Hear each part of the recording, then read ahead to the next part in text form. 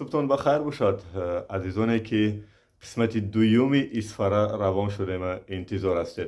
در قسمت دویم ما امروز از یک دو مکتبی هست که طبق درخواست و خواهش شما بیننده عزیز که نوشتید از شهر که اسفره میبینیم. بعدا باید بریم شورا ببینید، شما واروخ ببینید، چارکوه ببینید، سوخ ببینید، خواجه علا را کوشش میکنیم که به این همه منطقه ها رفته برسیم در قسمت دوم. خب ما وعده داریم که از مهمانخانه هم کوتاه بگیریم که در اسفره چون مهمانخانه با شرایط خوب و ارزان هست. مثلا با این شرایط که ملایم کرسی خوب دارد، ملایم کرسی دارد، اینجا با میز و ایناش هم هست، تلویزیون دارد در حالت خوبی کاری، هوا گرم کنه یا کاندیشنر دارد و جای خوابش هم جای خوابی بد نیست در خانه دوم به قوله. و با اینجا دارد درآمدگاه که حمام و حاجت خانه و دیگر چیزش و اینجا جای لباس کشول کنی و نمیدونم دیگر جیوان و این چیزا. همه این برای یک نفر 100 سومانی. اگر شما دو نفر باشین میتونید با 200 سومانی چون یک حجره را برای خودتون بند کنین و اگر چون یک حجره را میخواین در تنهایی بند کنین همگی 150 سومانی. یعنی برای سیاحای داخلی هم فکر میکنم اونقدر نرخ گرانی هم نیست، خیلی ارزان است. ولی مردم اسفره با محبت هم هستن، همین که فهمن دوستا که تو اومدگی حتما به خانه میبرن، لیکن ما خواستیم که زحمت نشد برایشون. خلاصه میریم برای دیدن اسفره روان شدیم قسم دو. خب از قبیل همون گیاه های مشهوره که در اسفره ما رفتن که حتما اگر اسفره رفتین با گیاه ها صحبت کنه گفتن، در حالی که ما خودمون سیامکه داشتیم در آمد بازار اسفره. این برادر همچون کارمند بازرسی برای کاری ما مونیا کردم و ببینیم که چی میخوام بگفتم. سلام برادر. ما ادامه‌اش هم نوار میگیم تا اینکه بفهمیم که چی گپ است. در حالی که توی وقت ما خودمون فقط نوار گرفته بودیم. لابا که جون. سلام علیکم. ما روزنامه‌نگار، من خودم نوار گرفته بودم اول داکا. زنده باشه. یگان جوی بهش نیست. تلفنتون هم گیره کجا؟ چرا؟ تلفنشون دستشون نداره. نه یک بار دو جمله صحبت کردن کاکراس. من وقتی که اسفره میافتم بچه‌ها گفتن که کارمندای بازرسی خیلی یعنی نوعدالت هم پول میگیرن. تو کجا واقعیت داره؟ برید من اکو هم جو توزه آزاده. یعنی رخ شدگی است. قانون انا توزه همه جو توزه کردگی. گوش ما به چی در کن؟ 100% مسئله پولگیری نیست، از راننده پول نمیگیریم. من نسبت چون پروتکل ماموری کردم. پروتکل او از کدام شهروند است نه؟ او من اشتباه. این بیچاره چند سوم جریمه میشه؟ این از یک تا دو نشانجنده برای در قطار دومی رو به نظارت گذاشتن واسطه نقلیات شد. سلام شما برادر. زنده باشین برای کار برادر. زنده باشین. بیننده عزیز، در این بینایی که میبینین مرکز تعلیمی یا مکتب معروف کانتاکت حال حاضر موقتی جاگیر شده است. بینایی که اونا ساختن باید به نزدیکی به استفاده داشته در جای دیگر است. باز ما یک لحظه اول به بینایی که حالی بچه اونجا تحصیل کرده تعلیم گرفته استادن وارد میشیم و امروز همراه ما هست مدیر معارف شهر اسفره تا اینکه به چند از سالهای نوروشنی ما روشنی اندازد. میریم داخل. در درآمدگاه بینای موقتی مکتب کانتاکت است. این بینای موقتی است که چند وقت بعد میکوچه نه شما؟ بله. خب چند ماشین داریم اینجا حاضر؟ شماره خوانندگان بله 130 نفر خوانندگان در عین حال تحصیل کرده استادی. 130 نفر. میتونیم بالا راه نباشیم. بله. دیگه شما به حیثی که ما رو راهبردی کرده استادی؟ من عین حال معاون دیرکتور اوید بخش گروه انگلیسی. سلامت باشم. تحصیل چند سال است در اینجا؟ یک بچه چند سال میتونه داخل شود؟ مبلغ تحصیل رو در نظر بله مبلغش. مبلغ تحصیل سر میشد از 1500 دلار تا 3500 دلار. خب این دویم آشنا لیسته این دویم آشنا این حال خوانندگانی که از راههای دور آمدگی هستن جای خوبشون خود همینجا هست. میتونیم ببینیم یک متشایانه؟ خب در اینجا علاقه کارگران تکنیکی توزه دارن؟ بله. خب یک متشایانه میتونیم که بچه خوبشون خلال نرسونیم دیگه. خب یعنی شرایط خوبشون هستن. با کاری کردیستیم. تاک. اینجا هم علاقه خب یعنی برای شرایط هست مثل یک مهمانخانه بریم. بله. ولی جالب که 1500 دلار تا 3500 دلار چقدر تقسیم میشه؟ کی میتونه 1500 کی میتونه 3 امتیاز؟ خب خوانندگانی که 6 ساله هستن و ما چگونه که میگیم نولوی کلاس میگیم همونها اگر گروه روسی باشد 1500 میسپرن، اگر گروه انگلیسی باشد 1700 میسپرن. از صنف 1 ثانی تا صنف 4 $2000 گروه روسیه، $2200 گروه انگلیسی. با شرایط و مبلغ و عموما سطح زندگی که مردم اسفرا دارند به فکر اون گران نیست. عین حال اونقدر گران نیست. ما کوشش کردیم تا زمانی که همین نفت دسترسی خود همین مردم اسفرا شد. خب میبینید شرایط های چی شرایط دارن؟ جای خواب دارن برای بچه‌ای که دور دست میان. خب من اینجا کتابخانه‌ای که موقتی هست. این کتاب‌هایی که می‌بینید این کتاب‌های یعنی که دوم چیز قسمش علاقه از انگلیس اومد. اینا رو حاضر در اینجا گروه بندی کرده. انا پیچه زده در اینجا علاقه اومده کرده است. میریم نامشون داخل. سینفخانه هایی که ارزش $1.5 تا $3,500 دارن برام بسیار جالب است بخوام ببینم.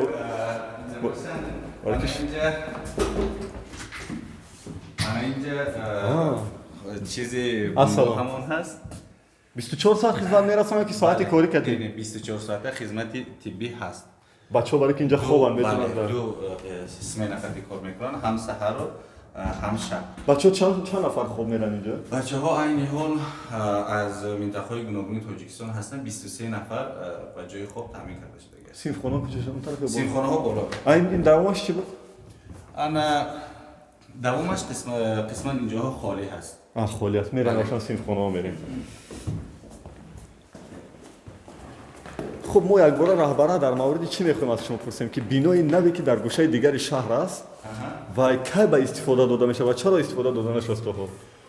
خب بینا 100% آماده قبول همه خوانندگان رو دارد.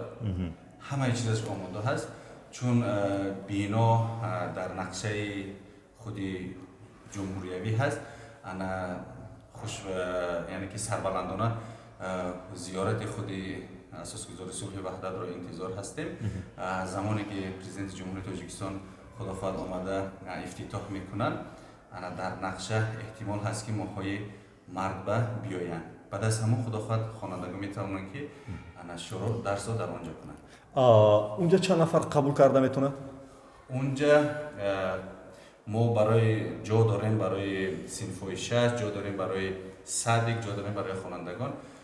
از 800 تا 1200 نفر ما میتونیم که قبول کنیم. اینجا معلم های خارجی چند نفر معلم خارجی داره چون؟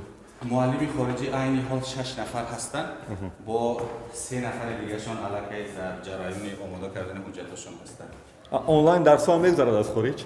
آنلاین عین حال نمیگذرد، همه درس ها یعنی که آفلاین دیگه حضوری است.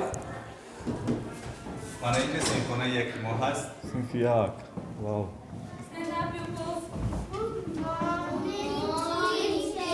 Thank you. How are you? Thanks. Have a seat. واو. اینجا سیمفونه یکم است. این گروه انگلیسی است. همه کودک‌ها چگونه که می‌بینید همه کتاب‌هایشون، همه درس‌هایشون به زبان انگلیسی میشه. از ساعت 8:15 تا 4:15 اینا در همینجا یعنی که با زبان انگلیسی تحصیل کردن. خدمت رسانی نقلیاتی چی تامین است یا نه؟ خدمت رسانی نقلیاتی ما افته آمد. انا بعضی حجت‌هایش در خود همون گایی شهر اسفرا به رسمیت درآورده شده است. احتمال هست که خدا خود به روزهای نزدیک انا افته هم کارا شروع کنه. خب سلام. How old are you? I am 7. Good. Where are you from? Where are you from? حاضیشا نگذاشتی. Yeah, please change your question. Where do you live? Where do you live? Yes. Ask. Where do you live, Amina Khan? I live in Isfara. Oh. Isfara is city. Or country. City or country? Isfara is town, especially. Town, yeah? Thank you. Bye bye. Bye bye. رحمان معلم جان بخشش. خب آواز معلم میبینم یک لحظه تو در اومدن میخواستم یک چی فهمم که یعنی خورد و خوراک هم داخل میشه در این مبلغ؟ بله خورد و خوراک هم داخل میشه. خوانندگانی که هر روز رفته میبینن یک محل عبید میکنن و خوانندگانی که در اینجا خواب میکنن البته 3 محل 4 محل حتی میخونن. شب پیش از خوابشون هم یعنی که یک سبک برای خورد و خوریش هم میتی. لباس یگانه نه خیلی آزاد برای چی یعنی لباس آزاد انتخاب کرده چون جالب برای من. خب در نقشه ما لباس یگانه هست. لباس یگانه ما از ترکیه اومد. ما رزماری کودک‌ها را گرفتیم خدا خواهد اینم بزرگ ولی فکر کنم لباس آزاد بهتر بچه آزاد میشه بیا بردن زنگ شد پسرک معلم ابو ببین. بله خب این معلم از کانادا اومده بود. السلام علیکم گود مورنینگ سلام.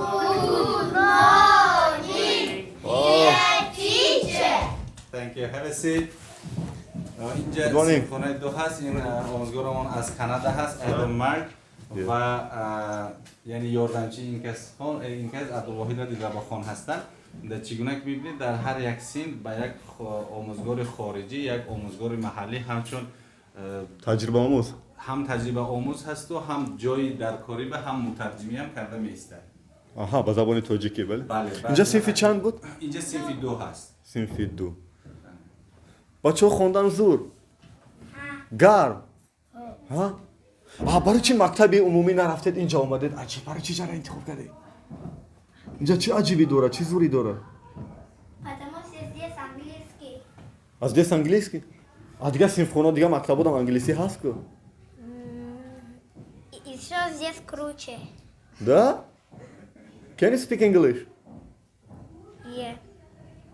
Super. What? Match, yeah? Miss. Meth? Miss. Please translate. Meth. Match или meth? Meth. Математика. Bye bye. Okay, bye bye. Good day. Goodbye. Thank you. ولی آخرین چیزی که من بخوام از شما پرسم در همین راه رو چرا سیرخونه های شما شیشگی هستند که همه چیز آشکارا فاش دیده میشه؟ این رو در همین شکل ساختگی هستیم. این کودک باز بسیارتر خودش رو آزادتر فکر میکند، یعنی که در مثال مابین 4 دیوار خودش رو بسیار دلتنگ فکر نمیکند و بعضی وقت خودی همین برای ما هم خیلی آسانتر میشه وقتی سعی میکنیم در این کلیدارها دیده میتونیم که با چی کارها مشغول هستند. خب یک سوال دیگه پیدا شد. مبادا بچه‌ای که لیاقتمند هستند و اونا میگن که ما از امتحان شما میتونیم گذاشته، من باور دارم امتحان میسپارم ولی خب متاسفانه مبلغ ندارم. ما 19 دکمبر به کاستینگ گذارانیم، المپیادا گذارانیم با مقصدی که خوانندگانی که نهایت علم خوب دارن و قوت دارن اما شرایط خواندن ندارن آنها را طریق رایگان قبول کنیم و از 314 نفر در روی خط ما 18 نفر غلطید، در دوره دوم به 6 نفر غلطید، الکی دوره سوم به 3 نفر غلطید. بعد از من این خلاصه خدا خواهد اگر همین 3 نفر گذارن این 3 نفر قبول کرده میشه و با درهای ما کشاده است برای اونانی که همین خیل پرچم بردار میتونه که پرچم بردار خود جمهوری تاجیکستان باشه. یعنی سالانه شما همین خیلی آزمون با هر سال یک بار اعلام میکنید؟ یک سال و یک بار نه بلکه ما چندین مراتب اعلام کردن و نیت کردگی است. سلامت باشین. رحمت معلم جان ان شاء الله اگر برای ما اجازه یا راهبریت بینای نو میبینیم. خب برای کار زنده باشین. ما اگر بینا رو بونیشون داو باشه.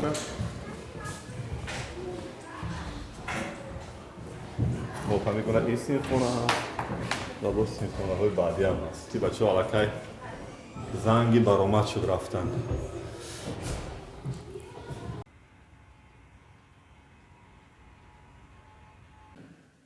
خب این سیمفونه تعلیم مهنت دخترانه با غیر از دوزندگی در درس تعلیم مهنت بود دیگه چیزا در نقشه هست مثلا پختن هست.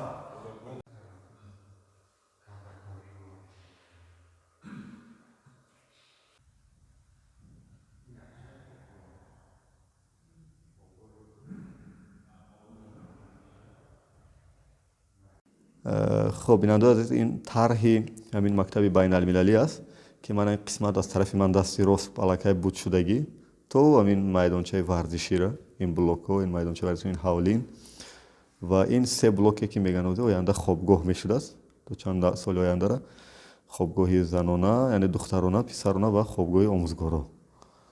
خدا کند که برای بچه‌ها اقبال و آبرو تیاد و ما نزدیکترین وقتا بیایم اول مکتب فعال شود و بعد خوابگاه هم ببینیم ان شاء الله.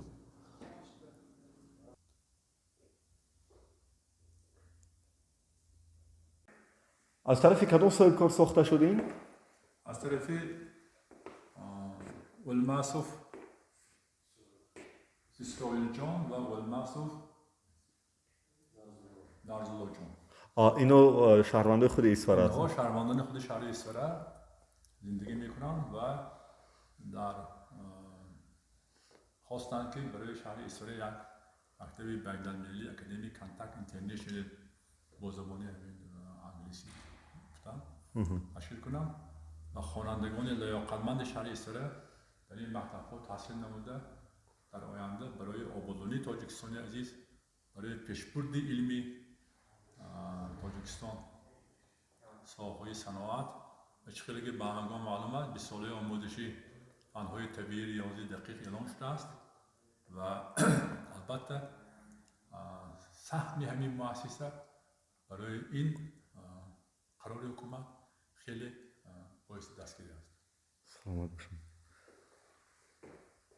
بیننده عزیز، ما طبق اطلاع و درخواست و خواهش شما بود که یعنی چندین نفر یک بار برای من است که حتما از مکتب 52 دیدن کنه و اینک ما صبح گزارش بعدی ما شروع میکنیم از مکتب 52 و حالی پشت دستگاه نواربرداری ما هم حضور دارن مدیر معارف شهر اسفره که در مکتب کانتاکت نیز با ما بودن و ادامه با معلم ما صحبت دوام میدیم. وارد میشیم.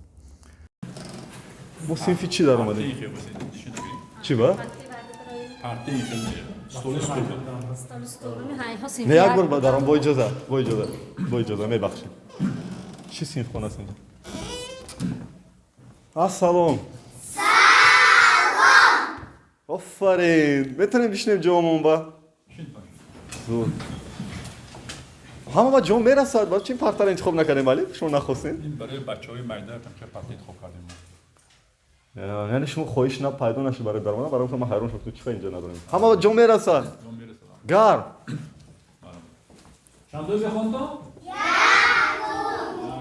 آفرین. این سیستم گرمیدی هست کجا گرم میکنه تا در پاپوی و این بخونه است. بخونه. کمیته پدر و مادر ساخت یا که خودی؟ نه 4 سال پیش با دستگیری حکومت شهر اسفر کار میکنه ده؟ کمیته پدر و مادر نیست که قسمت یاردم کردم. بله. خب میتونید دیگه صنف خونه را ببینید نوشته. آیا کار میکنه است میگم. خیلی بچه‌ها. سلامت باشین جونای ما. tak. این آباد بزید.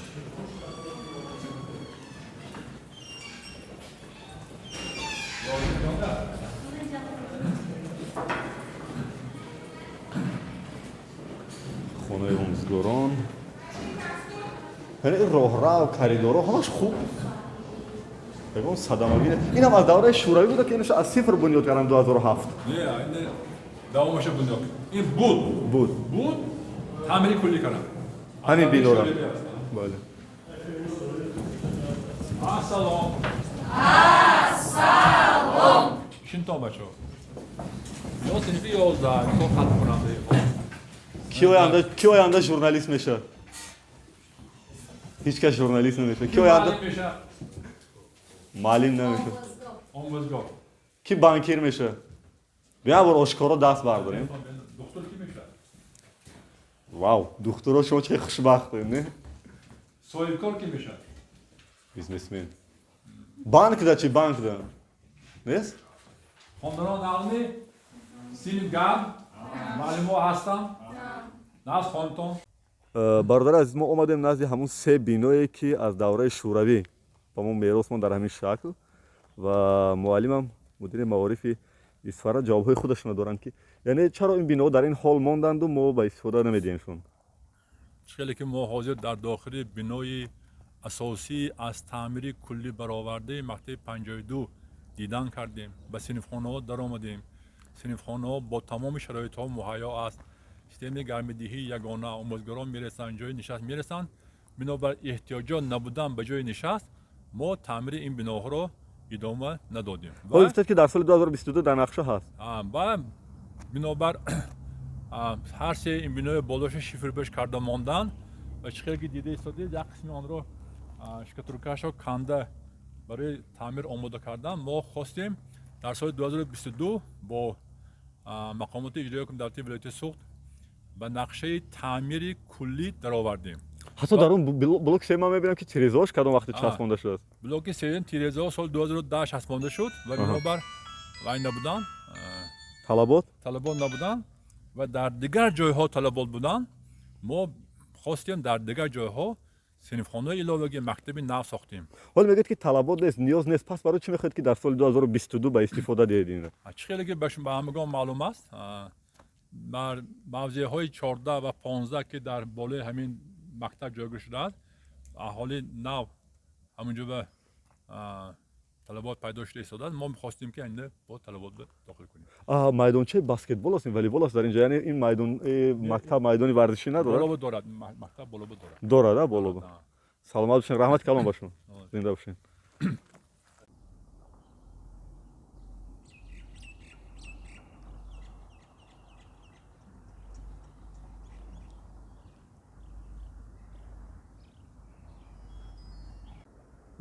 бинандаои азиз, мо омадем ба даромадгоҳи осоишгоҳи Зумрад дар Исфара, ки агар мо Исфара омадем, Зумрадро надидан хато буд. фикрам бояд мо ҳатман медидем.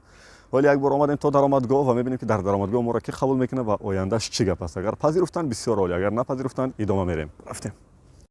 мо дар осоишгоҳи Зумрад ошно шудем ба як ҳамкасби азиз мо, устод Пирикор. чанд ҷумла кати ному наслабтон бо иҷоза?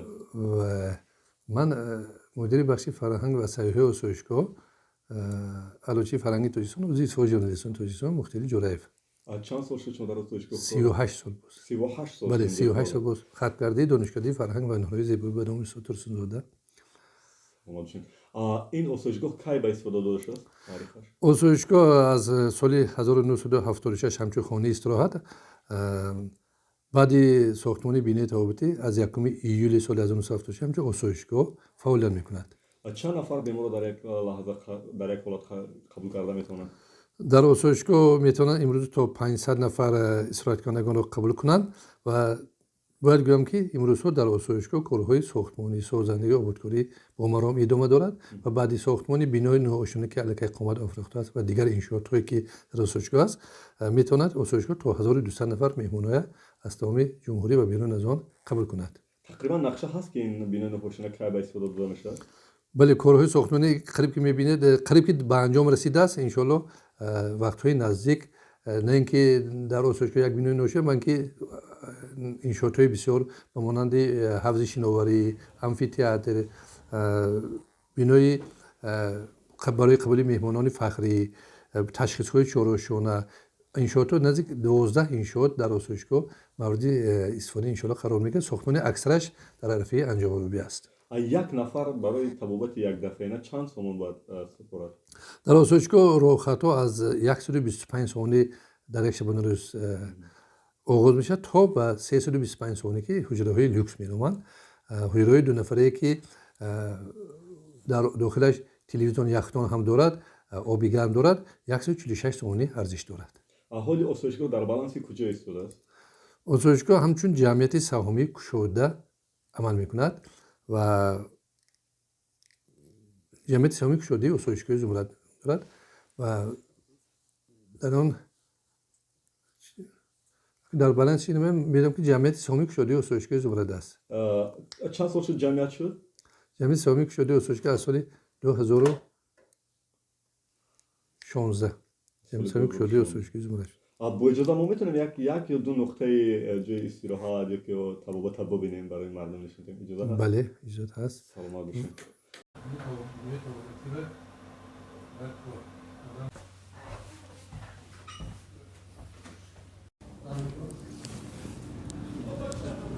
السلام.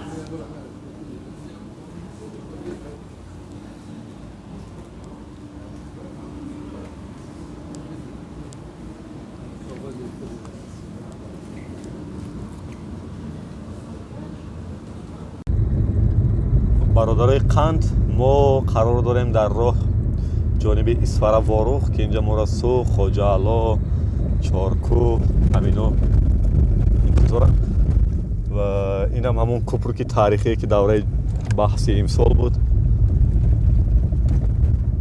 3 نفر سربازی ما حمایه کرده بود، بعدا عکساش هم در شبکه اجتماعی نشر شد.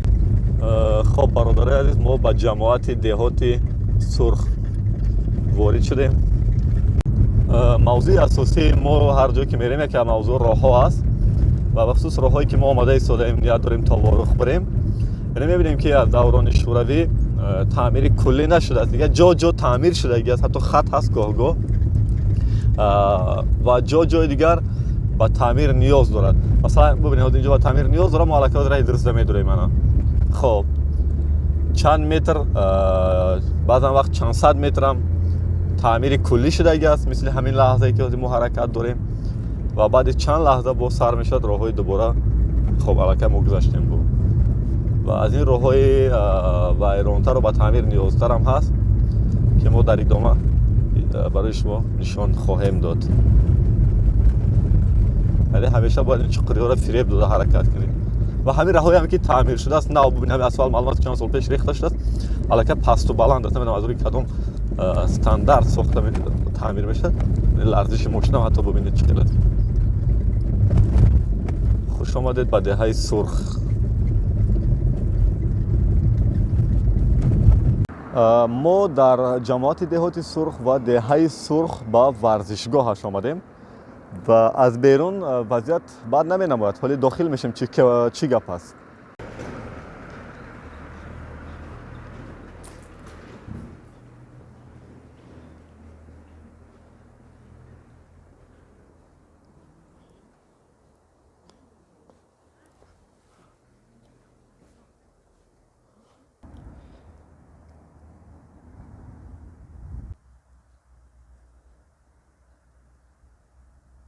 از اون که این ورزشگاه هم من دیدم در حالت خیلی نگران کننده است، یعنی معلوم است که همه چی یک زمان ساخته شد ولی حالی در حالت بی‌صاحبی قرار دارد، کسی نگاه بینش نمیکند چون علفاش هم ناچیده است، نمیدونم اخلاط چاروا و چند کرسی های شکسته هم من دیدم این چیزا. ولی در این پس منظر من میبینم که یعنی به نمود معلوم است که ورزشگاهی نو ساخته شده است ولی یک بار اونجا رو میبینیم که در چه حالت قرار دارد. رفتیم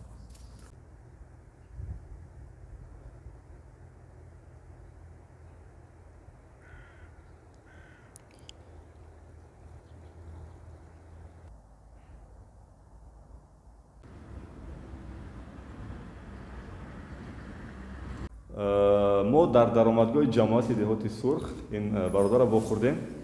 خودتون معرفی می‌کنیم با اجازه آقا جان. جمعه بازرجان سفرش معاون رئیس جماعت. معاون رئیس جماعت. رئیس جماعت کجا نانوده؟ رئیس جماعت واسه حساب اتوبوس ده.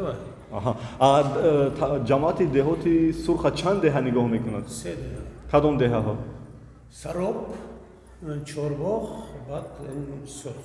3 دهه. چقدر اهالی دارین؟ 16428 نفر. چند دهه نزد مرزی دارین؟ هر سه شو که چند؟ نزد مرزی چورباغ صبح میخورد، بعد محله اوریانی خودمون.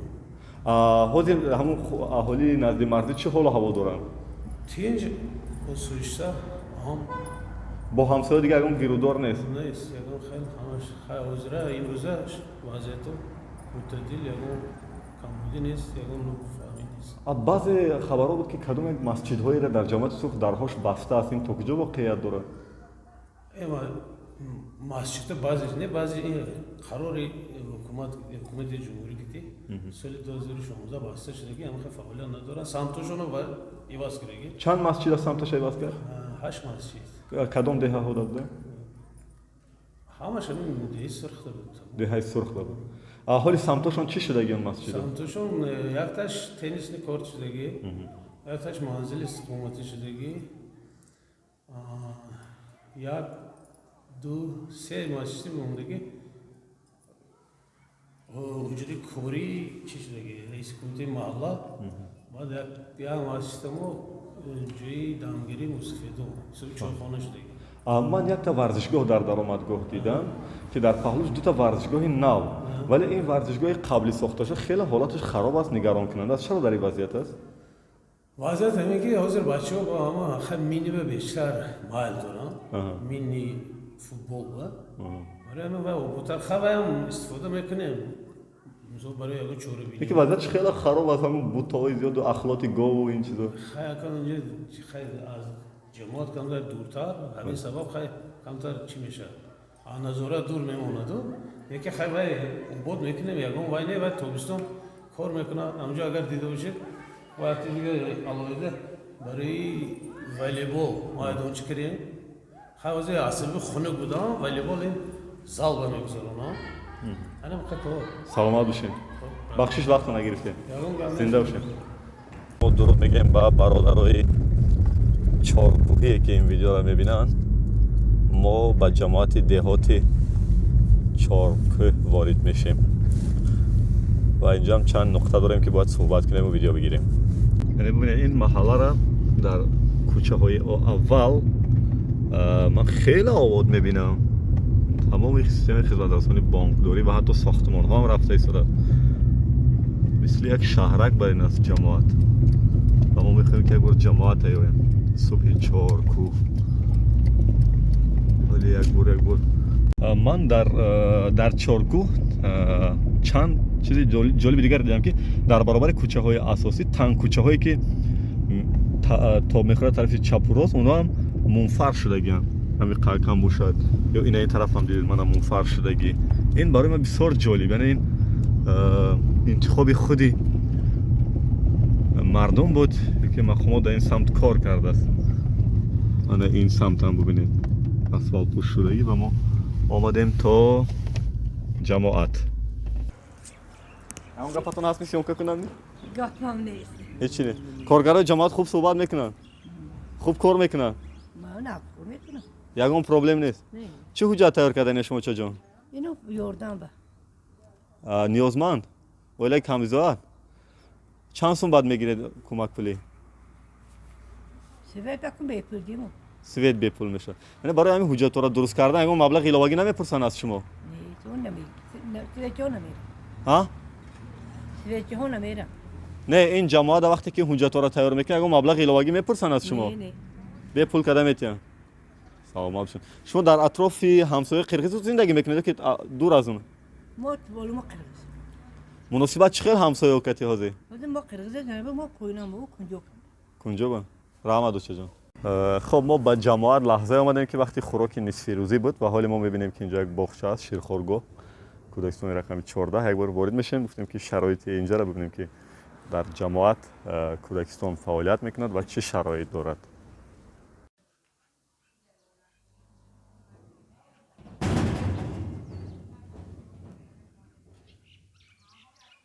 ما برابر در آمدن با شیرخوارگاه یا کودکستان راهبری کودکستان دیدیم که کجای شتاب دارن دویده کردن میرن. گفتم چند لحظه من همین خیلی شتاب دارم که اینجا دیسه چخل کنه سال هفته ساخته شده که من قیمه مهری جان مدیر کودکستان همین رقم 14 می باشم.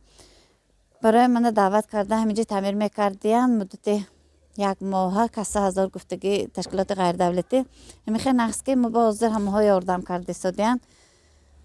ما 40 نفر کودک قبول میکنیم این کودکستان با همه کودکای جماعتی که از دور هم میبیان؟ نه همین جماعت خدا ما از من جماعت خدا ما از میبیان یعنی از 5 محله از 5 محله شما رو دعوت کرده میخواد بنا رو از نو با پروژه ساخته کنه؟ نه ساخته نه تعمیر فقط ساخته نمیتید فقط تعمیر میکند.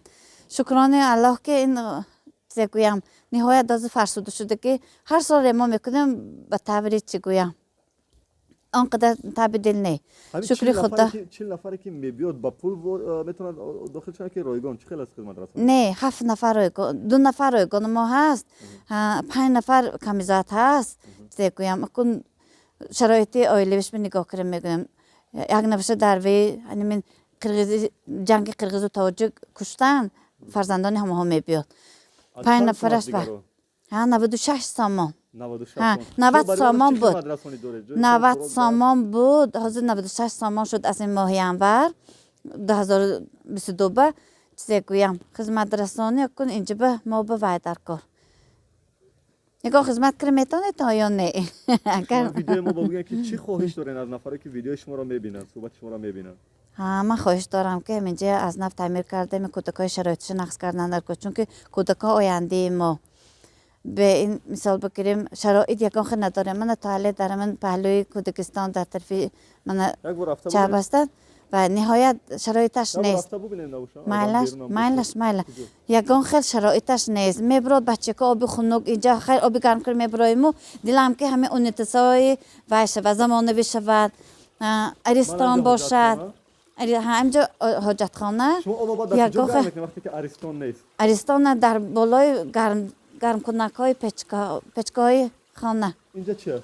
اینجا جامعشوی خانه من اینجا جامعشوی خانه هست اما وای машини вай дорем пол автомат автомат пол автомат این با آب کشیدن در کار بیچاره از این خبری همین خود کودکستان استفاده میبرن من حاضر ویا گرید نمچیزه نفقه ببرم دیگه بیچاره من خدمت کردستان حالیم احمد و مغفور خان همون جا آب کشیده میبیان دی یگان خیلی مونده و نه نساس باشد یا که وای باشد با خوب میشد اتابل نیست نه گرمی را چه تامین میکنه با پچکه ها تامین میکنیم خصوصا این وقتی جمع شود این آدم بسیار عذاب میکشن ولی من در آمده میبینم شما در روی سفید و چه جان مایلش رحمت خوش آمدیتم رحمت با اجازه من میدارم میبینم نباشم رحمت و چه جان همیشه صمیمیت مادرها مرا در حیرت میماند و دوی میگم که مادرها همه جا مادرن وقتی که ما به این باغچه وارد شدیم محبت این اوچه جانی که نان پخته بود برای جگربندوش 40 نفرن نه 40 نفر و نان قلمه خد منم یادی هم نانای اوچگی رفتم ببینین حتی بوغش میبود اگر همینجا هم ما خورد میگم خورد می کلونی بعد داده نه آخه کلونی بعد خب عادت دهنی حتی روغنی هم هست من همه را نمیتونم خورده آشپز زورگوما آشپزیشون ماله ولی مهربانیشون امیدوارم بچه شما هم کدام یک خاله رعنا خاله نسجه خاله کیمکی را در باغچه ها داره خاله جان چی نام داره؟ نامم جنت خان زنده باشن خاله جنت خان زنده باشن نام شما چه جان؟ مغفور خان بینین این بوغشه ادامه میریم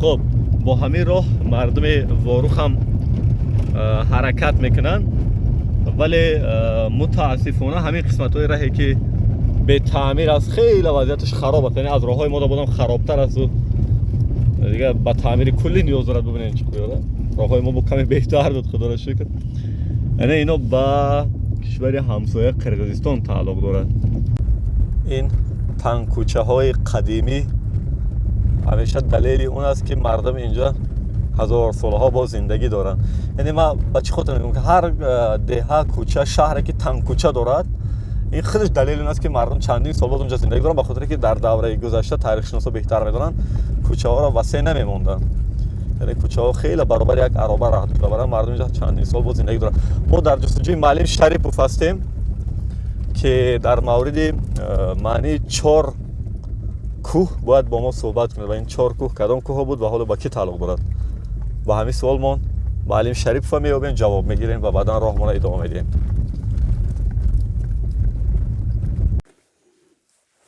ما تشریف آوردیم با خانه معلم شریپوف خطا نکنیم معلم جان درست بودید سلامت باشین معلم مکتب رقم 24 سابق 24 نه سابق معلم دهه خوجه علا و بحث ما بحث 4 کوه است بله 4 کوه اولتر از همه به همین سوال جواب میگیرم و بعد دیگر موضوعات جدی‌تر بعد برمیگردیم بله برای چی 4 کوه خیلی کوتاه میتونیم جواب بگیریم البته اینجا تکیه کردی به موقع جغرافی این محل خب اطراف کوه پیچونده گرفتگی هر کدام طرف که میبینه کوه هست و همین مردم ما به همین خاطر موضعی که دیهی که اون که روستایی که در آغوش کوه ها جایگیر شدی برای من به همین نگاه نمیشه 4 کوه مودن دیگه که اطراف 4 کوه تاریخ دهه تو چند سال خفا میره؟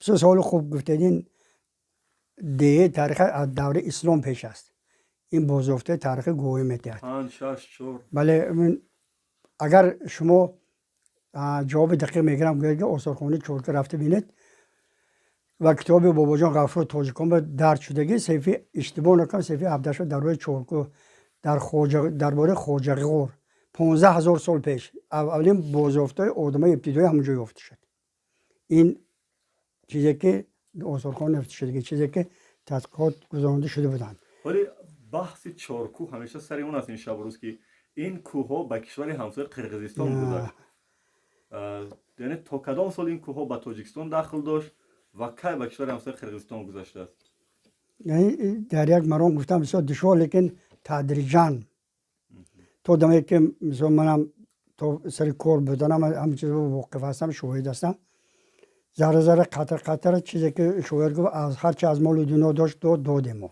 بازار صبر ولی من آخرینش اگر اشتباه نکنم اگر 2-3 سال آخرتر اولی کوب سال 14 به اولینش دیدی منبع سال 68 ابتدا گرفته بود سال 1968 وقتی که 1325 حزب کمونیست و قرقزها کانال انا نامش اون وقت دروژ بود نامی همین کانالی که موندگی امروز توردگل نام گذاشته شده از ابتداش عده خوجه علا سمت رویشش چورکو و آخرش بادکان قرقستان اگر اشتباه نکنم 45 کیلومتر قریب از همون سال 68 68 وقتی که همین کانال ساختن و جوی یگانه جوی آبرسان چورکو با نام جوی نظربای برای تمام چورکو از بریگادهای انا 13 گرفت تا بریگاد 8 جوی همه به نو کانال ساختن و همه جوی نظربای نیست کردن پروتکلش با هست که یا مقدار آب توجکو داده میشه لیکن همون مانند مسئله کرلوف با این گرگ و برچه بعدتر وقتی که قطع کردن یکم گذراندن همه کانال توردگل بعدتر سال 14 انا خطی بلند شده تی ایگلتش سمت نام پروژه میخواد 110 کیلوولت سوم ساختن شوروی انا اصفهانی باتکن اوش که همه بلو سمتی جنوبی چورکو کدی میگذرد همین سه پروژه بزرگ قسمتی کلان سرزمین چورکو از چورکو جدا کرد ولی 4 تاکو دستی قرقیزا و که ما بایگان تاش هست اصلا من شما میگم که به مبالغه همه شما مرکز چورکو روید و کجایی که بین چشمتون نماز و جای ما نیست همین 4 تاکوی اطراف از ما نیست از ما نیست من انگار گئوگرافی گویم اگر قسمت شما رو جماعت سمرقندک جای شدگی انا قسمت و شرق با من اروک گفته با موضع دیگر قرقزو این نزدیک سور انا قسمت جنوب گره دیگر من کوی کوز ما شما دیدم اون جایی که سالیان دور دراز با جای بحث طلب از مردم ورق زورن کشیده گرفتن اقصای جماعت اقصای دیگه کلون اقصای انا قسمت جنوب انا طرف غربش و اختتر یعنی برای دوباره برگردوندن این کوه و این زمین ها از راه دیپلماتی از راه جنگ از راه دیپلماتی چه راهی هست به نظر شما یا سوال عجیب گفتید براستی من همین چیز بسیار گفتم که چه رو کنیم که شود بانو که زیاده 100 مرتبه میز مداور صحبت و گفت شنید ها وخوری ها اوش دوستانه همه چیز تشکیل کرد لیکن متاسفانه عصبی اون که قرقیز ها بسیار معلومات دقیق دارن که مردم با روی زوری حل کردنی نیستن از همین باید چیز استفاده برده برای که من که همراه قرقیز ها کلون شدم همین به همین خاطر اونو ذره متر به متر کیلومتر به کیلومتر همجا ضبط کرده گرفتن یعنی شما میگید که راه دیپلماتی حل نیست نه این برای ما راهی که شما گفتید برای ما پریمل میگن و گور و تعلیق که قرقیزها این چیز اینو نمیگیره برای چی اینو نمیگیره برای که حالکه میدونن که ما روی بروی خشونت این راه کردنی نیستیم لیکن البته اینجا اعلام میکنم که سالم که یک جا رفت یکمین دفعه همین 2 سال آخر اگر گریم اگر حل همه قضیه خوبه استفاده گیری کردن کمیسیون پریتتی تاجیکستان حکومت تاجیکستان رئیس شهر رئیس ولایت تا رئیس جمهوری و من اس کردم که اینو خوب ناز درک کردن که این مردم که این خیلی روی گفت شنید روی دوستی انصاف عدالت که کار کردن نمیشد ولی در هم گیرودار آخری که شد از دو طرف بسیاری ها جان دادن بله 19 نفر از ما 36 نفر اونو 19 و 36 نه بارک چرا ما انسان ها را درک نمیکنیم و کشتن بس نمیکنیم و برای یک پارچه زمین یا دیگر را میکشیم این سوال شما با همه ساده چند سال پیش بسیار خوب ناز جا دادم میدونم و وقتی وایز تصویر بهشت میکرد میگوید که ترکیه دست برداشت پرسید که اویا جایی که شما میگوید توروج و غارت هست وایز میگوید که نه اونجا این خیلی چیزی نبود میگوید دوبل جا نبود است این برای مردم کوچه از کو سرازیر شده این چیزا شما میگوید چیز و ارزش ندارد تحقیر نیست برای نسبت یک ملت هیچ گونه من دوم کارمنده دوست عزیزم بله تو وقتی که من 17 سال معاون رئیس جماعت بودم 8 نفر جان دادن. از قرض یگان نفر مرا که من سخنام جواب میتیم. وقتی که تجاوز کردن قوار و دختر که نه فرزند داره، وقتی که کودک مکتب خانو کشتند، وقتی که موسفید رئیس سفید انا یکتی که بدنش از خون تیر پرونده قرقز گلگون شکفتگی بود. انا جوانی که نه حجتش سپرد مکتب اولی حربی میرم گفته که پیش چشم مونده کشتن. اگر ما این خیلی تحلیل کنیم، ما همین گفته شما به تکیه کردم به همین روز اومدم که یک چورکی بزرگ را اطرافش یکان روی برآمدش نیست. در دست شما یک عکس است و گفته که این چهره چورکو است. یک نشون میتین شد طرفی دست کنیم. کی است این برادری که از این طرف پلیس هم داشته است اونا؟ عکس چی عکس است و چی؟ اصلا گره این یک جزء نزاعهای بین ملت‌هایی که اینجا رخ میدهد. این نزاعها حساب ما 200 سال باز دوام داره. 200 سال باز. نزاع بین تاجیک‌های قرقیزها برای که همه قسمتی پس ورق با موضوع کشمش و کرپشنی که بود قبلا مردم ماسشو از اون طرف نه خطرکو گذشته اومده همونجا مول میپویدن، مول میچروندن مولشون. لیکن بدتر وقتی که خد دنیا یخ نمیشه وقتی که اونجا رفتن قرقیزها همینجا اومد. از همه گردورها تا به همین روزه این برای آب و برای زمین مناقشه و ضدیت ها هست. این یک نفر خدا رحمتی امکی نرزبای یا مرد عودی دیقون گرچه برگشت باشده تکرار کرد میگفت که روی گفت شنید روی حال ما نیست، برای که منجا اصلا گره نفوذ ما زیاد است اینجا. تصور کنید که از سور تا ورقه 85,000 تاجیک زندگی میکند. حالی چقدر قرقیز است در همین باشد که 17-18,000 به مراتب ما زیاد هستیم. لیکن هر دفعه ممکن ما روی نادرستی حالی هم قضایی پیش کردیم. خب اینجا من در چند عکس ها میبینم که حتی خود قهار محکم حضور رحمان نبی خطا نکنم. بله این قهار محکم پرزیدنت اولین تاجیکستان. یک بار نشون تین.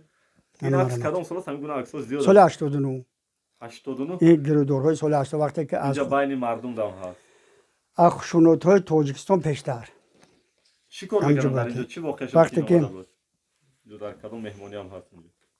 یعنی قهار محکم اینجا نشستن موسیقی که صحبت میکنن. چی مسئله صحبت شد همینجا؟ وقتی سال 89 یک قسمت کلان زمین جماعت چورکو منم اگر همه جای من نشستم من مگه 1 کیلومتر 3000 گکتار زمین رو تصرف کردن. جایی که با نام ایرودروم از جایی که سمالیات اندو پرواز کرد تمام کشیزورهای شهر اسفری کارکرد کیمیاوی میکرد. همونجا گرفتن مردم خیس اینجا برای دفاع همون زمینش. لیکن دیگه برای حال همه قضیه قهار مکان بودن که من همراه همین شخص 9 روز همراه بودم. چی حال کرد پرابلم را؟ متاسفانه اینو بینید که واخر پرزیدنت ما با همگی رئیس ولایت اوش اومد. همین ساعت که قبول کردن. همین واخری با. همین واخری که این دور قریب 3 ماه دوام کرد همین گردور. لیکن وقتی که پرزیدنت اومدن اینجا قرضا ساعتی بلندپایش اومدگیش نیست. دیدید اینجا قرضای حالی همین کارش همه اول جنوب است. یعنی میگن که این حال همه کار دست مردم با ایل بلیت میخوان باره کلمه ایل بلیت مردم و زن و مرد پیش میاندازد کلانش حکومت میشند از دور تماشا کرده شما این سرباز باشد یا آدمی و باشد مردم ملکی یا شهروند شما نمیتونید بزنید میتونید پیش کنید. همین راه که من همین جای گرفتن ما آرام شوید این قضیه ما حل میکنیم آرام شوید ما البته دیده میبریم گفتم متاسفانه هر جایی که اونا خواستن گرفتن. یعنی سال 89 خیلی ما ایرودروم از دست دادیم. ما اینجا یک مرد سلاحی را میبینیم که این در کدام گرودور و چی واقعی است که در دستشان سلاح ایستاده؟ این همه شما از میبینم موضع پس مکتب. این همه وقت برای دفاع بود؟ این همه وقت دیسانت وادی فرعون آمده بود دیگه موبا برای مردم داشتن. این یک نفر همون آدمی که همجا خونه درش هست همون یراق همون دیسانت وی گرفته. یعنی ابراز نمود بود که این روی گفت شدید رول حل نیست. هر چی که اون رو کردم ما باید همون کارو کنیم. یعنی خط فارسی را من در تنه کوه میبینم کجا است؟ درست گفته. این انا قسمتی و شمال دیه با بیرون از دیه نام مردای اینجا نوشته است که برای پایداری همه دیه.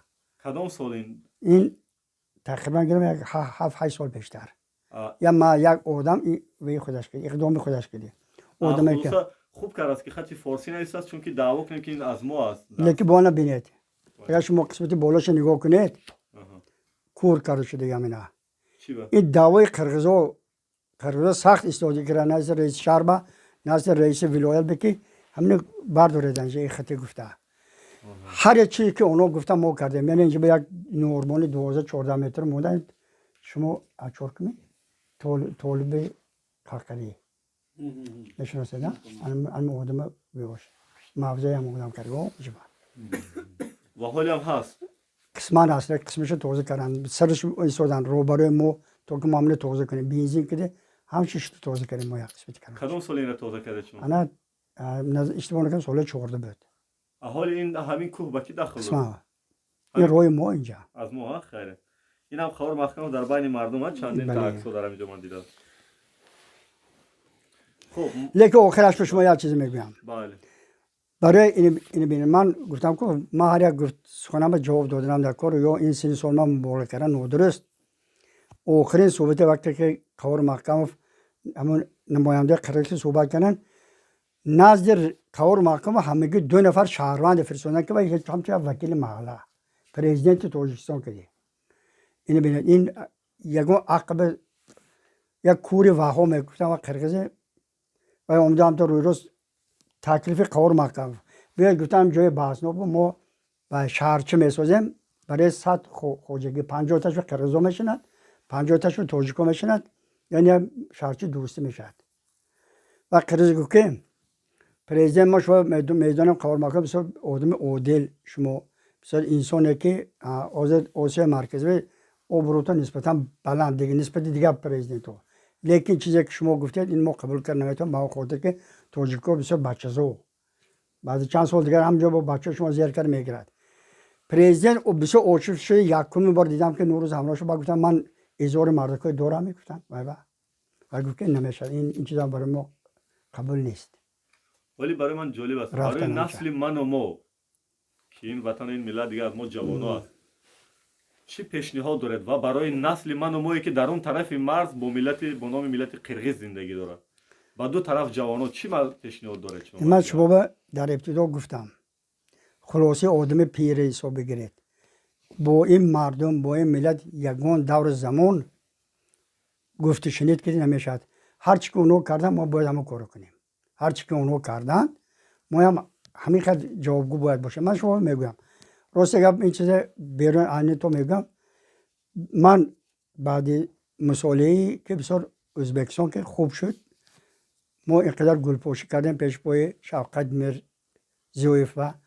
خوش حالا من احترام میکنم مرد که یک آدم کوهستانی ما گمان کردم که اینتگراسیون ملت تاجیک و ازبک با خوبتر بهتر میشد ممکن آینده اقوا میشه که خود نخواد هدف ها مجبور میکند که ما یک جای باشیم لیکن وقتی که ازبک‌های قرغیزهای قزاق‌ها سوی طالبا و دویده بغل شده رفتن و فهمیدم که این شخص همش دروغی چیز است و فهمیدم که اودکه بگه اون وقت این هم هیچ چیز است برای که اینجا الکه بار دیگه اثبات کرد که ما یک ملت نه از مردمی که یک محیط زندگی میکنیم خیلی نیستیم هر که هدف خودش رو دارد همه میرزویف اگرچه اینقدر تحقیر و آزار ازبک‌های من دیدم افغانستان من هر رسانه همه روز میتیم دوستم گریزی و انا با همین به نگاه نکردن نماینده‌هاشو وزارت کار خارجیشو خوردن‌های بردن‌هاشون با من باور کردم که این معامله رحمان و یگانه انسانی که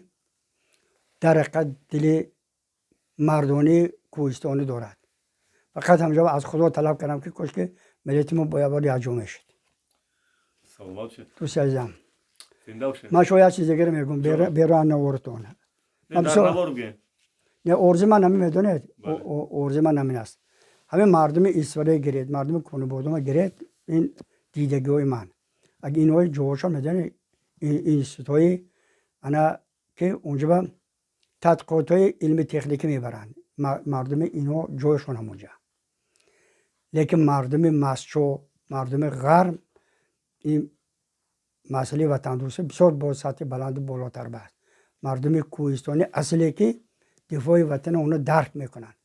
من این گپا اساس کار میگم شما با اون خاطر که انا اگر ارتش امیر اولیم خان سرکار عصر 18 گرید اگر تو خدایار خان قرغزی انا قوقنو وودی فرخانی تمام ارتشش به مردم مسجو بود اودینی صدر دانی یادتون بیارید این مردم جسارت حتی آن قوقن درودرش به چند دیوایی که نام اصلش نام توجیه همون سرلشکری که از همه مردم مسجو و انا کوهستان رشت بدن اینا جلب کر اومده بود همیشه که تعمیم میکرد لیکن برای سرباز آخر البته و شخصی زندگی کردن چیزی اما مهم من هم امروز گمان میکنم که امروز با هستن که آدم ولی شکر خداوند آدم هستن که جانشان عمرشان درک نمیدن برای دفاع وطن برای اما اونچه که پرزیدنت ما من درجه خودشناسی آنچه بالا برفت لیکن اولم به درجه کافی نیست ولی من یک چی پرسم در پس منظر من سپاسنامه و افتخارنامه و اینا میبینم از اون کیان اونا مخفی نشد بچه خود داده شدن اونجا عکسی کدام افسر هم میبینم با اجازه مخفی نبود حتی عکس احمد شو مسعود هم میبینم وای راستی که این یکم احمد ظاهر انسانه که تمام عمر من برای من کمه حساب میشه ایدئال حساب میشه احمد شو مسعود برای چی وای این اطرافی هم چیزم یک چیز شما گفتم که من میتونم چند جمله خسته گپ زنیم همونجا رفته گپ زنیم با اجازه برای که اونجا دیواری عجیب من این همون رسمای بعد سال 80 همین و گرفت موندگیش ولی زیری نندم از با رسمش این مادر برای من ایدئال است اینجا چی هست این سرحد کدام خرید خرید بد این اول گویم باش همه آدمی که نام تاجیک بلند بالا برد همین مردک است لیکن من اگر شما ژورنالیست واقعی باشد همه خواهش میکنم برای شما کوچه الان یگان موضع یگان جای نام هم آدم نمیمونه در فرانسه موندن درمون نیست نه درمون نیست من بسیار خواهش میکنم یا وقت هنگام الان 10 سال پیش میگفتن استادیوم فرانسه نامی که بوده میشد اما شما هم هنگام نکرده همیشه لیکن من باور میکنم هر روز آدم سر کار میاد که البته این آدم مانند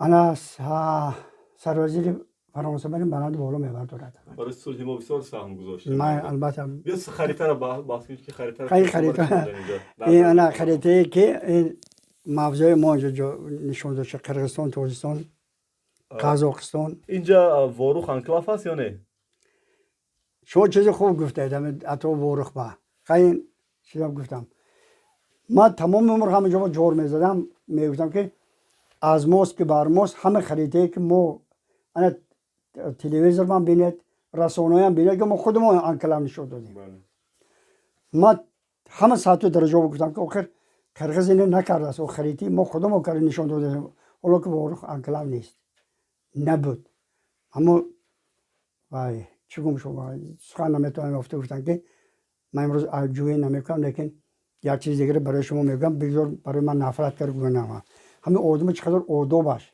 دانشش بلند رود سطح جسارتش پست میشه من دیدی من از این چیز من شما ژورنالیست زیویه گرگه یا کسی هشت پاز زده نمیتوند لیکن مرد کوهستانی همه قرغیز دشتی یک وقت مردن چه فکر نمیکنه ولی ما وقتی که تو فقط خوجا علا آمدیم دو تا محله قرغیز نشینی مایده را گذاشتیم این خودش دلیل اون نیست که ما واروخ علاقه انکلاف کردیم نه هیچ وقت دیر نمیشد من خداوند باور دارم که چرخ تاریخ در گردش از یک روز میرسد که البته حق دار میرسد البته اونجا چند تا مردم نظامی ببینیم خود دو فرزندایش این ما دو پسر ما سه پسر خوردیم و اکادمی امور داخلی درس میداد در سنت شریف زاده هم جوان ولی جون سلامت باشین تشکر برای صحبت صمیمیتون من هرچند صحبت 5 دقیقه در نقشه داشتم ولی صحبت شیرین بود ما حدود 20 دقیقه هم صحبت کردیم برای کار باشه ولی جون این باشه سلامت باشه اگر شما از ذره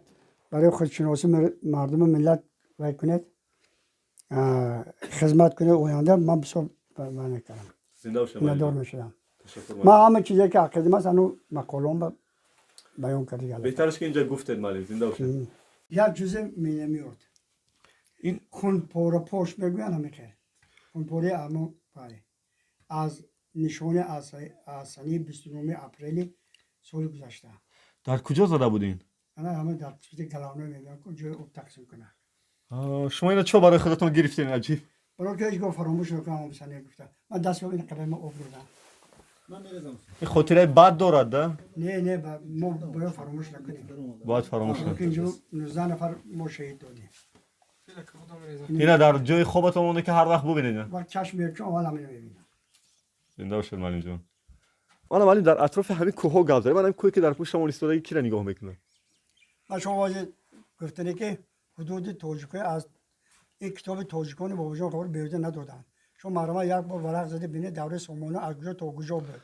امروز زن ما کوپارو اومدیم. چقدر که سال 40 گفتم که زنم مسکو داش نیکودا. ما هم باز منم کوب اومدم دیگه جای رفتنی نیست. همین کوه پشت کی را نگاه میکنه دادی؟ ما بنی انا پس همین بازار اسمت عربی قرقزو هست من انا پس همین کوب. هر روز برام دیماستراتیون ما باید کنم من خیلی کمی حرف فیش شده. همینجا پس همین باز. خودی هم بلندی با؟ برای کارم پس همین خونه چوش هست. وقتی که همه کلاس وارد نبودم اینجا. این کوی ارگانتاش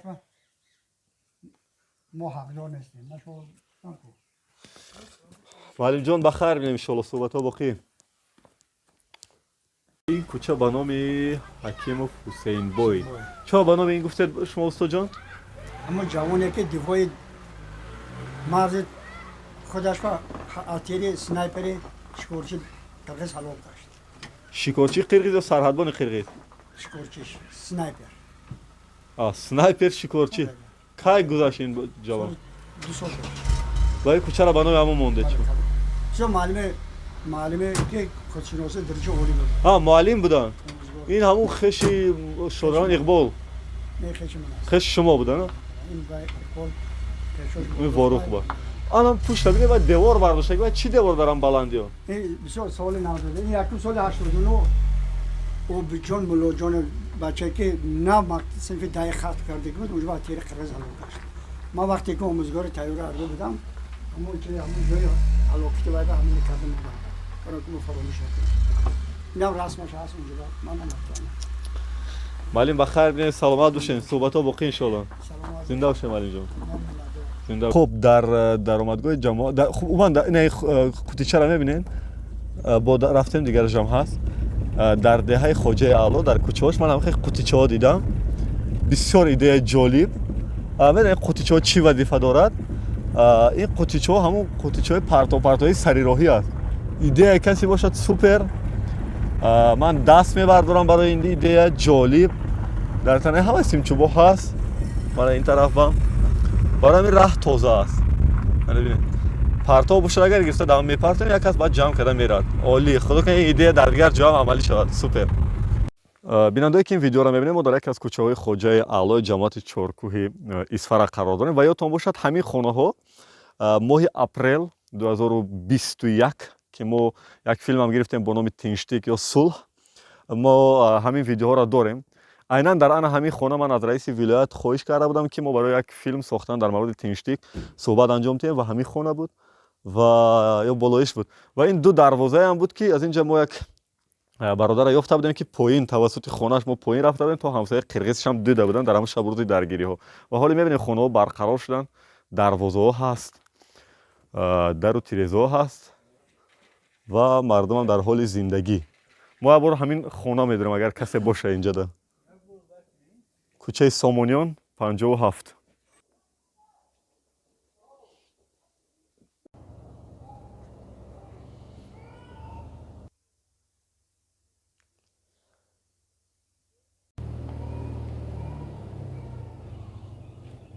برادر عزیز این یک عدم نقطه هایی است که ما در ماه اپریل در فیلم تینشتیک یا صلح و قوله دعوا کردیم گزارش کردیم و یادتون باشه ما از همین پیاده رو میرفتیم اون طرف ما را معیار قرقیز هم پیشواز گرفته بود و در مورد صلح گپ زده بود و ما رفته بودیم خانه همسایه قرقیز. یعنی ببینید که همین راه این خانه این محله آباد شده است و این با کارهای ساختمانی هم ادامه داره تو حاضر آوردیسن مسئله ساختمانی. این برادرم شو ساکن این محله چند سال شده این محله خواجه اعلی زندگی میکنه؟ اینجا تولد شدی همینجا زندگی کردم. این ساختمانی که خانه ها بنیاد شده است آباد شده است مبلغ گزارش حسابی کی است؟ این حساب دولت. همون دولت بعضی کارخانه ها баъзе касоя ё ки ҳам одамоям ёрдам карда мекунам одамое ки худованд соҳиби давлату мол кардагӣ ҳамиам ёрдам кардан. ман ҳозир ҳамин маҳсулоти сохтмоние ки шумо овардед барои идомаи таъмири хона аз ҳисоби корҳои хайрияву ёрдам аст? ин че аз ҳисоби соҳиби хона соҳиби хона худаш акоми мондагӣ баъзе корҳое ки иловагӣ барои худошон мекунад. ҳоли ин ҷолиб аст ки баъд аз ин гирӯдори сахте ки шуд дар моҳи апрел муносибат бо ҳамсояҳои қирғиз чӣ хел аст? Масалан аз ҳамин ҷӯйбор он тараф хонаи қирғизон муносибат чӣ хел аст бо ҳамсояҳо? муносибат ҳамин ки рафту омад мисли пешина боя не ба зиндагии худаш бо халқ ба зиндагии худаш ако ҳозир бо баъди ин ҷангу ҷанҷоло ҳозир бо тинҷ ҳар баъзе якон корҳои майдачӯдӣ мешавад харин эътибор гирифта намешавад. Масалан тӯю маргу мирдаи дигар дига намерем ҳамчун ҳамсоя? Не ҳамчун ҳамсоя мерем. Мерем. мо менам якта дуту ҷанозае ки аслан виёҳо худошон зодии тоҷику лекин ҳамчун шаҳрванди қирғизистон ҷанозашон бирафтем нас қабул кардам. бо баъзе ҷанозаи мо ки пешина дӯстиҳомо буд ҳамин ҷанозаи ҳамин деҳанди шудагӣ виёҳам рафтам. Кина дар дил мондааст ё ки не? акони кина ҳеҷ вақт гум намешавад чунки ки худаш ҷанг ин як намуди зиндагие ки ҳеҷ кас намехоҳад ҳеҷ кас. ако нигоҳ кунед якта дуту куштор аммо авиё шуд кинаку албатта диланда мемонад. ҳоли як суоли охир дорам. чӣ кор кунем ки дар ҳамин минтақа бо мисли пештара дар фазои сулҳу собот зиндагӣ кунем ва қирғизо омада аз ҳамин хонае ки ман медонам об гирифта мебурданд аз ҳамин хона гирифта оби нӯшокӣ барам мо рафта аз хона дегу табақ биёрем фазои сулҳ шад чӣ кор кунем? инҷо ягона ҳамдигарфаҳмӣ ҳам аз тарафи мо ҳам аз тарафи он акунин байни мондамай байни виёндамай инсон акун ҳама як хел не бадам ҳаст некам ҳаст амоям ҳозир мисол гирем ҳамун дӯстомо ҳай ки аҳолиам пурсупос мекунем оқибат мекунем. саломат бошем. хуб ин мотоциклам ки мебинем дар пасманзар як символ бале он намоде аз ҳамун рӯз мондааст. ина шуд намегиред гай байни ҳавлӣ? охи хотираи бад аст. чаро ин хотираи бада дар байни ҳавлӣ то ҳол нигоҳ медорем? барои чи аст? барои ҳамон рӯзи фаромӯш накардан. ин ко ободонӣ бинед мана бале чӣ хел хонаҳои обод ҳама як чиз мондана дакор ки ҳамин ободона аз куҷо шуд ҳамин ободони аз anavi чизе ки ман ҳозир дидосем чизе ки роҳ мерафт мана барори кор ман барои ҳамин гуфтам ки инсоният ҳар хел ганда шумай неки шумай неки мисол гирем ҳамин чизе гуноҳ кард ё хони даре ҳамин чизе гуноҳ кард худованд сулҳ диҳад барори кор ба шумо зинда бошед. хуб мо дар дигар нуқтаву кӯчаву паскӯчаҳои шаҳри Исфара ва мо шояд дар ворух вохӯрем. интизор бошед. ин даромадгоҳи ворух ҳамун навиштаҷотеам ки апрели имсол тир хӯрда буд хушбахтона таъмир шуд хеле зебо ҳам таъмир шудааст мебинем ва мо ҳоле ба ворух ворид шудем. бародарое ки обуначаи саҳифаи мо ҳастен аз ворух дуруд ба ворух ва мо омадем ба ворух. ин анбӯҳи зиёди мактаббачаҳо дар кӯчаҳои ворух чун вақти ҷавоб шудан аз дарс ки ҳаст гурӯҳӣ дар кӯчаҳо мебинем шона. дар назари аввал худоро шукр дар кӯчаҳои марказии ворух ҳеҷ мушкиле нест. раҳ таъмир симчӯбо ҳаст парчамо ҳаст хонаҳоам зебо таъмир ва ҳоли мо расидем то ҷамоат хато накунам чун инҷа майдони парчамам ҳаст ҳоли пиёда мешем.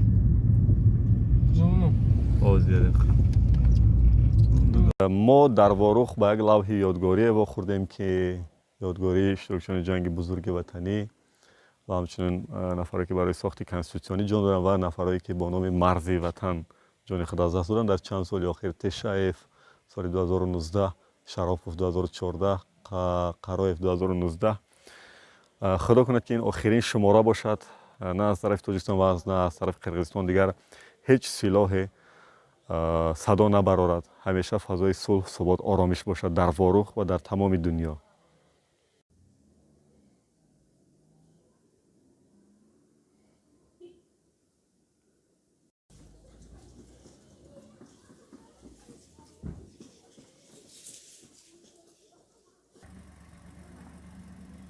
اینجا بیمارخانه مرکزی جماعت واروخ شهر اصفهان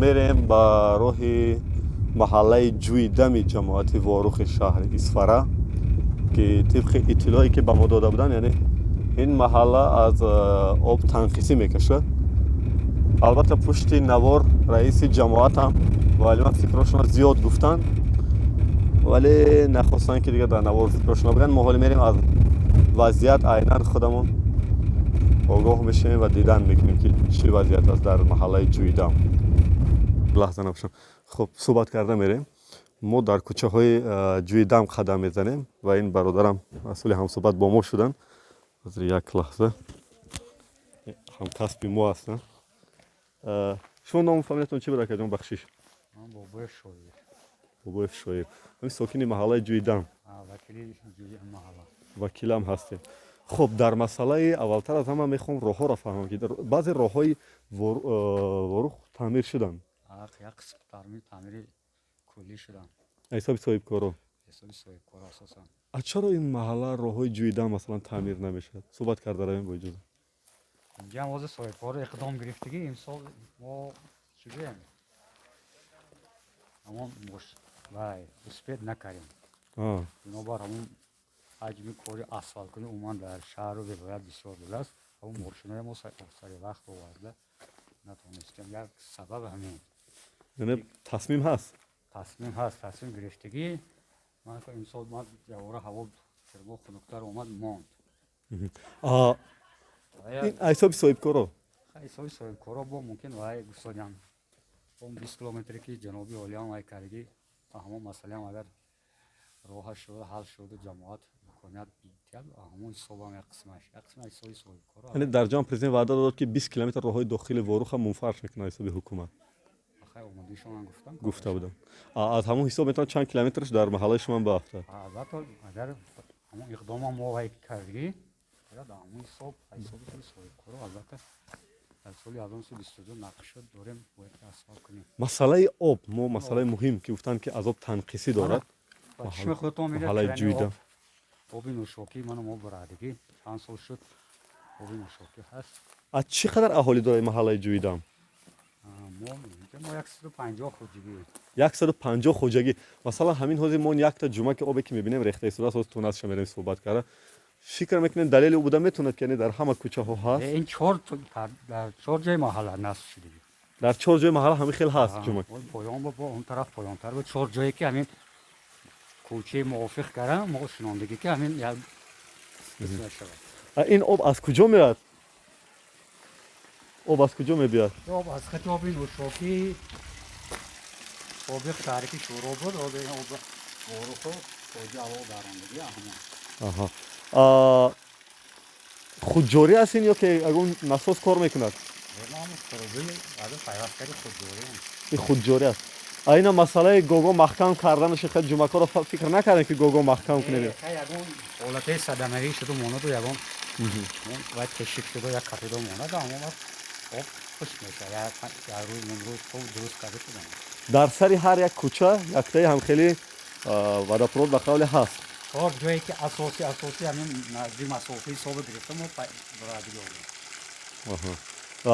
бо дастгирии соҳибкорҳо буд мардум буд ҳукумат буд кӣ кард ин кора نه هم حکومت اجازتاشو داد تمام وقت سال 2012 بود همه حجتاشو حکومت حق و اجازه داد از صاحبکارا حکومت دستگیری کرد بایوری صاحبکارا این آبی 2012 2012 که آب رد بود پس چرا یک چند نفر برامون نیستن که محله جوی دم از آب تنقیسی میکشه وای ها ممکن وای در نظر دارد این خانه ها در آمدگی ندیه فقط کوچه با ممکن هایش در نظر دارد اما مسئله آبی پولیزی چی خیلی است آبی پولیزی من بیشتر ولی هم نه این خودش میتونه از همین جمعه گوشه آبی پولیزی از کجا میاد همون جوی کلانی مرکزی اکو دوریم وارد میگه میبیاد از همونجا ما آبی پولیزی یگان پرابلم نیست خب یک مسئله دیگر ما صحبت میکنیم تمام ما در خود داخل شهر اصفهان درهای بسته را دیدم و اینجا هم میبینم که همین گونه درهای بسته هستن یعنی قلف دارن چند کوچه خونه دیگر وای ولی صاحبش نامد است عموما اویلوی کوچ بستن مردم واروخ شما چه خیلی باها میتید چرا اویلوی این منطقه را ما مرز ناموس میگیم و این برادرها هموطنان ما اویلوی کوچ میبنن و دراشون قلف میزنن اینا که خودش میدونن نظر شما چی است که بعضش مسئله زندگی که میگم ممکن مسئله زندگی اکن اینجا جای کار کم که زندگیش وزنش شاید مجبور میره پس اوضاع همین خیلی مهاجرت مونده یک واروخ نه همین جا همین خیلی مهاجرت نه ولی اویلوی کوچ بستن و قلف موندن شما چرا نمیرید با اویلوی سببش اکن ممکن اینجا اویلش تنها خودش اونجا از این مسئله و مشکلی بکشن ممکن شما چرا نرفتید موندید اینجا من شما برادرام رای ما اینجا امره مادرم آها برادرها هستن خب سلام علیکم میریم ناشم با ادامه صحبت کرده یعنی این کوچه آب ندارد اون داشت و باید تا پایان دارد ما همگی 4 جا برادری شدیم همین حساب کتاب کردم وقتش به متخصص حساب کتاب کردم همین 4 جا ما برادری 4 جا با بارانه که چند کوچه است در جمع اینجا این کوچه بعد این طرف این خیلی چند است این خیلی درون میداره آمدگی شاید همینا مردم در نظر دارن که یک تا پرتو شاید آب داره به همین خاطر میگه از آب تنقیسی میکشیم ما من وکیل باشم اون کس گام نزده است مثلا همین آب کی تنقیسی من وکیل شکایت کرده باشم همین مردم آبی نوشاکشان از این میبرد که شما از خونش برآمده میرد از اونجا ستیل کتی میبرد نه ستیل کتی میبرد بتون کتی میبرد ماهانه چقدر پول میسپرن ماهانه پول آب چقدر است به پول است اون کس نفهمیدم که توپ کرده باشه یا پول باشه سلام علیکم برای کار سلام علیکم من در برابر پیشروی و پرابلمایی که گفتم واقعا همین قلفایی که هست من در وارو خیلی زیاد دیدم درها کوچه با کوچه در یک کوچه حتی 3-4 تا پای هم قلفن و این واقعا یک آدم با فکر وادار میکند که این همه درها نه تنها در این کوچه در دیگر کوچه هم که ما برای شما بعدا نوارش نشون میدیم یعنی این همه درها پای هم قلفن یعنی این مردم کجا است یعنی مردم ما مرز ناموس میگیم کجا باشن این مردم سلام علیکم شما چخه شما همین محله با زندگی میکنی تینجی سلام علیکم تینجی همه همسایه دراش قلف کجا با اینو هر گزونده دیا کجا رفتین یند هایکو اومدی نشای گمان دراش قلف همه کلی انا پایونگی چی انا اونو اینجا قول قانونی مو اینجا من پایونگیش چه قلف طرفای رسیده وایش هم خیر دو کس رسیه با اویلوی این بالا چی نه بالا اینجا اینو خونه‌شو بالوندش خودش زندگی میکنه آها اینا این خودشون این زندگی میکنه از همین یک کوچه چند کس اویلوی رسیه رفتگی ندونم من خرزم یک قوانینه شما یگون چیز آواره تو میشمون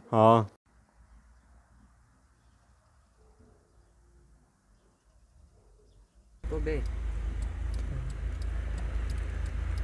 من برفتم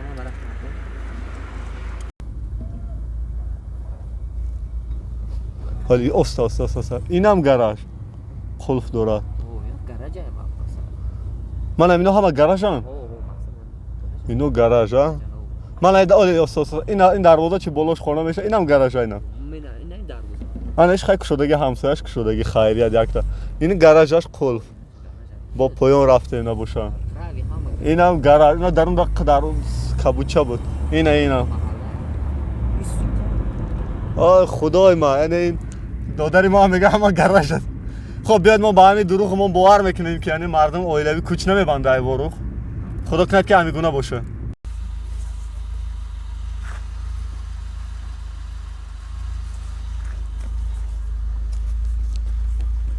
салом алейкум монда набошед ин ҳамсоя ҳама дара қулф карда куҷо рафтагианд ҳа